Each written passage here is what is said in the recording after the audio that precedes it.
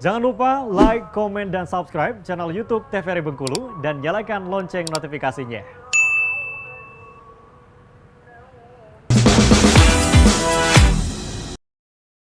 Terima kasih pemirsa Opini, kita kembali lagi di siang hari ini tentunya untuk ngobrol bersama dengan Ibu Debbie, camat dari Kecamatan Karangtinggi, Kabupaten Bengkulu Tengah. Nah, berarti pada saat awal mula lepas dari sekolah dan penempatan di Kabupaten Rejang Lebong, berarti kan memang benar-benar di luar ekspektasi. Yang tadi Ibu cerita bahwa pada saat pendidikan dulu, sekolah dulu, semuanya sudah tersedia nih. Seperti makan siang memang sudah ada jam-jamnya, sudah disiapin. Nah, pada saat di lapangan bekerja, ternyata semuanya di luar ekspektasi. Nah, seperti apa ya di luar ekspektasi ini, seperti apa, Bu? Jadi ketika saya turun ke dunia pekerjaan, saya langsung ditempatkan di kelurahan. Kelurahan Dusun Baru gitu kan, di Rejang Lebong. Saya sangat, ya, kalau sudah turun ke lapangan, ke dunia pekerjaan, kita harus menerima semua. Betul. Itu, Mas. Jadi kita menerima. Ketika saya turun di dunia pekerjaan, saya pikir saya sudah pegang laptop ya. Ternyata di kelurahan kan cuma mesin tik tak gitu kan. Terus saya pikir ya saya duduk dengan mengonsep surat dan sebagainya atas perintah pimpinan atasan. Ternyata tidak. Jadi saya aktivitas ini ya, saya bercerita tentang aktivitas saya selama pertama kali saya melek dunia pekerjaan.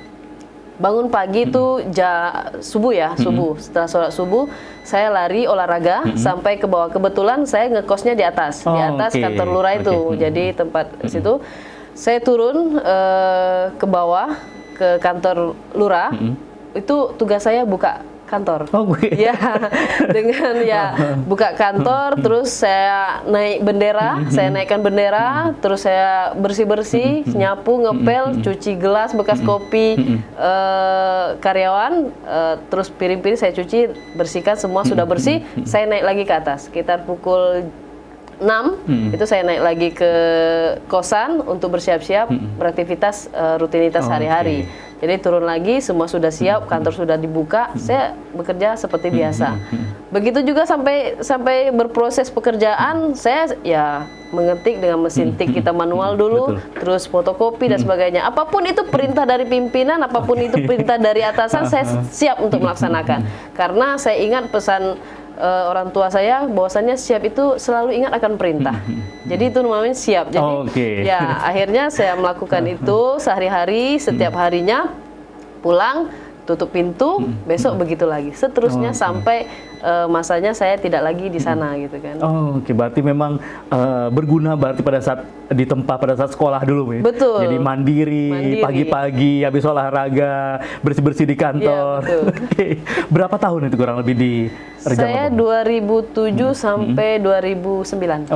Ya, akhirnya saya pindah ke Bengkulu Tengah. Sana saya juga di kelurahan sebagai seklur.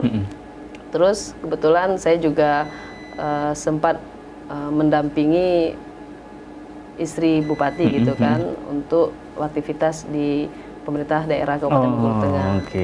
Dan sekarang kan menjadi seorang camat. Nah, ini kan otomatis apalagi untuk camat-camat lain kan ada juga yang laki-laki. Nah, otomatis kan ini dilihat, wah, perempuan kok bisa gitu, kok kenapa bisa, apakah mampu gitu. Nah, bagaimana tanggapan dari Ibu Debbie nih? Begitu ada ya pemikiran dari mungkin dari orang-orang lain ngelihat sosok perempuannya ini nih, dalam artian tanda kutip adalah gendernya. Seorang perempuan, bisa nggak sih perempuan ini memimpin gitu? Itu kita balik ke tema bahwasannya wanita sebagai perempuan sebagai pilar bangsa. Ingat bahwasannya kalimat pilar bangsa itu adalah perannya perempuan itu sangat krusial gitu kan. Bahwasannya sebagai ibu untuk penerus, generasi penerus, baik itu sebagai pimpinan atau pemimpin di berbagai sektor atau menjadi individu untuk berkontribusi oleh masyarakatnya kepada masyarakatnya gitu. Nah, berarti kan memang yang dilihat adalah bagaimana cara untuk berkontribusi, karena kan tidak mudah juga Bu ya. Iya. Apalagi sudah menjadi seorang istri, menjadi seorang ibu, antara membagi waktunya pada saat menjadi seorang istri yang nurut dengan suami dan juga menjadi ibu, di satu sisi juga menjadi seorang pemimpin nih. Nah, otomatis kan bagaimana cara Ibu Debbie nih untuk mengatur semuanya itu biar tidak, ya bisa dibilang bercampur lah gitu. Ya, jadi kalau berbicara masalah waktu, pasti kita harus memanage waktu sebaik-baik mungkin supaya apa yang kita lakukan outputnya maksimal gitu kan. Baik aktivitas dari pagi hari untuk mengurusi anak-anak, suami, sampai mereka memang benar-benar menganggap kita ada.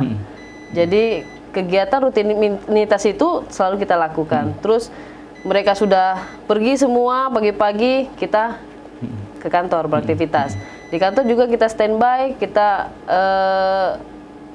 mewakafkan diri kita untuk masyarakat, Betul, gitu kan? Mewakafkan diri kita untuk masyarakat, pelayanan yang maksimal, pelayanan prima, jangan sampai masyarakat kita merasa tidak terlayani dengan maksimal, Benar. dengan berbagai masalah, dengan berbagai masalah yang ada di masyarakat. Apalagi saya kebetulan di Kecamatan Karangtinggi, saya memimpin 13 desa. Oke. Ya, 13 desa. Banyak juga nih, bahkan desa-desa kan ada yang di dalam-dalam gitu kan. Ya. Dan otomatis juga permasalahan yang ada ini bukan hanya pada saat jam kerja, bisa jadi pada saat selesai jam kerja pun ada problem, mau nggak mau harus turun Ya. ke lapangan gitu. Ya. Kan ini kan juga nggak mudah gitu, padahal di saat sisi yang lain, wah, anak sudah pulang sekolah gitu, rumah juga harus diurus, nggak mudah juga tentunya untuk menjadi seorang pemimpin, apalagi untuk seorang perempuan nih. Nah, bagaimana nih tanggapan dari Bu Debbie nih untuk perempuan-perempuan kita ini yang ya bisa dibilang didiskriminasikan dalam tanda kutip, seperti di rumah tangganya, dari seorang suaminya, kamu nggak boleh kerja nih, di rumah aja ngurus anak, ngurus rumah udah selesai, urusan kerja, cari segala macam, cukup aku saja. Nah, ini kan sering kita dengar nih di masyarakat kita gitu. Nah, bagaimana untuk Ibu Debbie melihat yang perempuan cukup di rumah saja ini? Nah, jadi seorang perempuan itu sebenarnya harus menjadi ibu yang hebat, istri yang kuat, dan ya individu yang luar biasa begitu kan. Jadi kita buat pola agent of change. Jadi ada agen perubahan dari kita, dalam artian ya salah satunya adalah penghapusan diskriminasi. Jadi kita jangan diskriminasi merajalela, termasuk juga kesetaraan gender. Kalau di rumah, terus terang saya sampaikan bahwasannya kalau di rumah tangga kita harus berbagi. Tidak semuanya beban rumah tangga kita, anak kita semuanya di wanita. Jadi sebagai wanita kita harus berbagi dengan suami, ya baik itu pekerjaan rumah ataupun ya dalam pola pengasuhan. Apalagi dalam pola pengasuhan, saya 3 putri. Ya, semuanya putri gitu kan. Alhamdulillah ya Mas ya.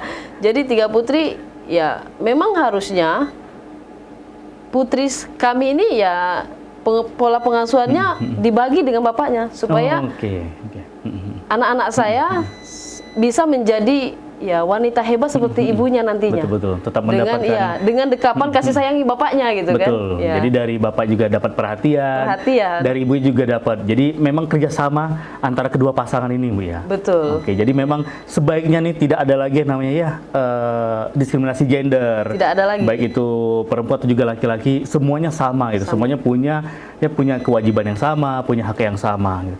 Nah, apalagi sekarang kita lihat juga maraknya ini, Bu. Maraknya kasus-kasus KDRT.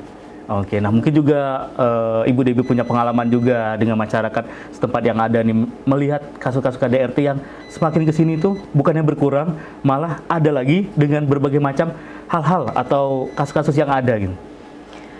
Kebetulan ada di kecamatan saya itu kebetulan kemarin ada laporan KDRT.